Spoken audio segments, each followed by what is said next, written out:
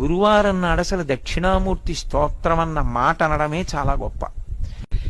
మిగిలిన స్తోత్రాలన్నీ ఒకెత్తు తక్కెట్లో, ఒక్క దక్షిణామూర్తి స్తోత్రం ఒక్కటే ఒకెత్తు.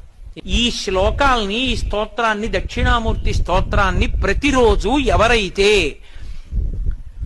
ఈ స్తోత్రాన్ని చదువుకుంటున్నారో, చదవడం చేత కాని వాళ్ళు, చదువుకోవడం వచ్చిన వాళ్ళు చదివితే వింటున్నారో, విని ధ్యానం చేయగలుగుతున్నారో, ధ్యానం చెయ్యలేకపోతే కనీసం పఠిస్తున్నారో, వింటున్నారో, ఇలాంటి వాళ్ళందరికీ కూడా సర్వాత్మత్వమితి స్ఫుటీకృతమిదం, ఆత్మ అనుభవంలోకి రావడమే కాదు, దానితో పాటుగా సమస్త సిద్ధులు కూడా కలుగుతాయి.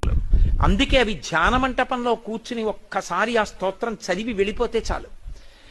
దక్షిణామూర్తి యొక్క పరిపూర్ణానుగ్రహం కలిగి కొన్ని కోట్ల జన్మలెత్తవలసిన వాడు, నన్ను నమ్మండి, నాకు శంకరులు ప్రమాణం, నేను నా సొంత మాట చెప్పట్లేదు, ఈ జన్మలోనే ఆఖరి ఊపిరిలో జ్ఞానం కలిగి పరమేశ్వరుని యందు ఐక్యమైపోతాడు, సందేహం లేదు. అంత గొప్ప స్తోత్రం ఈ ప్రపంచంలో వాంగ్మయం మొత్తం మీద ఉన్న ఒకే ఒక్క స్తోత్రం దక్షిణామూర్తి స్తోత్రం. ఇంకొకటి లేదు లేదు లేదు, తత్తుల్యము కాదు, అదొక్కటే అంత శక్తివంతం. అందుకే శంకరాచార్యుల వారి వాంగ్మయం అంతా ఒకెత్తు, సామాన్యుల కోసం ఇచ్చిన దక్షిణామూర్తి స్తోత్రం.